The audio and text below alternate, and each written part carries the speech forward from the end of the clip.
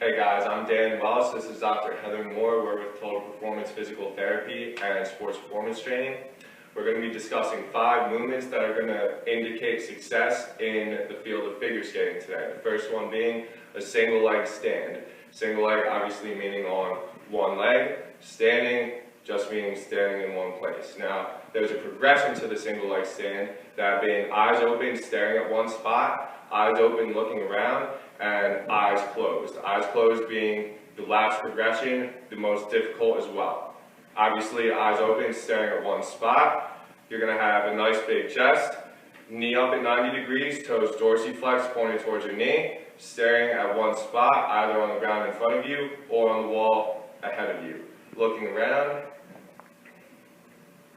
much the same, just let your eyes wander a little bit. And when he says dorsiflex, he means bring your toes up, okay? So you want to make sure your toes are up. You're not pointing your toes are up. Toes up towards your knee. The last progression, eyes closed. Once again, that's going to be the hardest, and that's going to be the one that I'm going to test all my figure skaters in for the Physical Abilities Challenge. Eyes closed, same stance, just keeping your eyes nice and closed. It's pretty hard. I almost just went down. The second movement we're going to discuss is going to be the supine active leg raise. That supine meaning on your back, active leg raise just meaning using your hip flexors and glutes to raise, and quads, to raise your leg up as high as you can. That's going to look like this. Flat on the ground, palms facing up towards the ceiling. Keeping your legs straight, keeping your hips flat on the ground, and then lowering your leg back down. Now, if you get stuck about here, that is indicative of pretty poor flexibility. You're going to be able to want to get your leg up to a certain height that will be measured once again during the Physical Abilities Challenge. That's usually going to be about a 90-degree angle, flexion at the hips. Once again, looking a lot like this. You want to make sure that your back stays in contact with the floor at all times. So don't arch your back to get more leg flexibility. This is actually pretty good. Most of you won't be able to get there. Also with this, you need to make sure that your knee is straight. If you bend it, you're going to get way further, okay? And that your toes are coming towards your nose. Again, if you point your toes, you're going to get a lot more flexibility, but it's not real flexibility. So you want to make sure that your toes are coming down, your knee is straight, your back is in contact with the floor. If you get numbness or tingling while you're doing this, let Dan know. That's not an okay sign. You might feel some stretching, you might feel some pulling, that's okay. But if there's numbness and tingling involved, that's not okay, and we need to talk about something that's going on in your body. So we're going on to the next one now. Alright, the next movement we're going to talk about is a plank. This is an isometric movement, meaning that you're just going to hold it in a certain position. I see a lot of people come into the gym and plank like this, or plank like this, or something like this. None of those are okay. All of those put your body in a pretty compromising position, and being that this is an isometric position, if your muscles are tightening around your joints in a fashion in which your joints aren't supposed to be, you're just setting yourself up for long-term failure. So you want to make sure you have good posture, keeping your core nice and tight, having a nice flat back. I tend to lift my hips up a little bit, so Dr. Moore is going to make sure I have a nice flat back, demonstrating my plank. Make sure your elbows are right under your shoulders, squeezing your heels together, and try and pull your elbows together. Back flat. Now when you start shaking, the test is done. So when you feel your body start to shake, that's it. For all of these, you want to count the seconds that you're holding them, so that way you can measure and see how you're doing. So Dan was finished because he started to shake. So once you do that, you lower down and you start again. Some of you are only going to get 5 or 6 seconds right off the bat. This is a very difficult exercise. You want to make sure that your butt is not way up in the air, nor is your back sagging. Again, if you're doing this and you have pain in any of your shoulders or your back, you want to stop this and report it and let us know, so that way we can make some changes or just have you checked out and make sure that you're not damaging anything.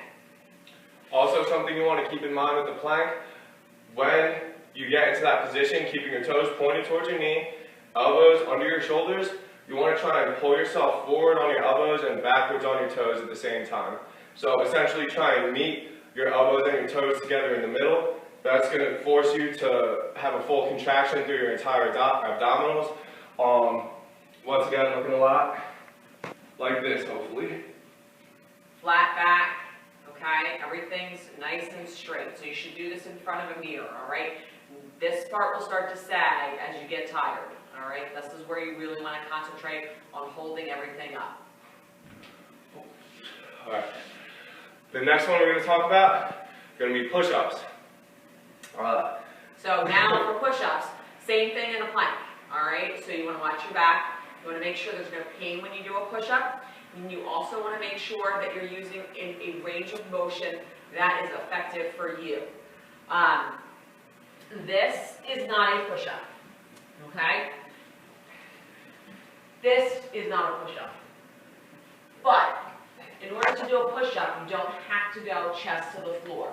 Some people, depending on how flexible their shoulders are, myself included, have pain if you go all the way to the floor. You want to go halfway at least and come back up. Nice and easy. If you can't do one from your toes, go down to your knees. Doesn't mean bring your butt up. Keep your butt down. Go down again as far as you can. Come back up. You want to make sure that your elbows get bent to at least 90 degrees, which is that, okay? So again, you don't have to necessarily worry about your chest touching the floor if it bothers your elbows, but this is not a push-up. Nice and easy. Come back up. Again, you want to record the number of reps that you do with each of these and try and improve on them each time that you do them. And now we got the final exercise. All right, the last move we're going to talk about is going to be a lateral line hop. That one's going to be for speed. So that's going to indicate lower body power, take off on the ice. So you're going to want to find a line, stand to the right or the left of it. Can be anywhere in your house, can be a line between two carpets, between carpet and tile, wood floor and tile, whatever. For 15 seconds, you want to jump laterally over that line, laterally meaning side to side, over that line as many times as you can in the amount of time given to you. You don't need to jump for height. Once again, this is about getting as many jumps as you can in the smallest amount of time. So you're ideally going to want to look like this. There's a line right to my left. Going back and forth over that line as many times as you can. I dropped my head a little bit. You kind of going to keep your chin up. You want to have good posture through all of this. If your line of sight is going down, you're going to have a tendency to go down as well. Try and have a nice big chest, chin up, keeping your line of sight focused on one point in front of you. You want to do that for about 30 seconds each time and count how many times you go over it. Again, if you have any pain with any of these exercises, stop and talk to Dan and let us know so we can make sure that you're doing them correctly and there's no further issues. If you need anything, have any questions at all while you're doing this, email Dan at totalperformancept.com.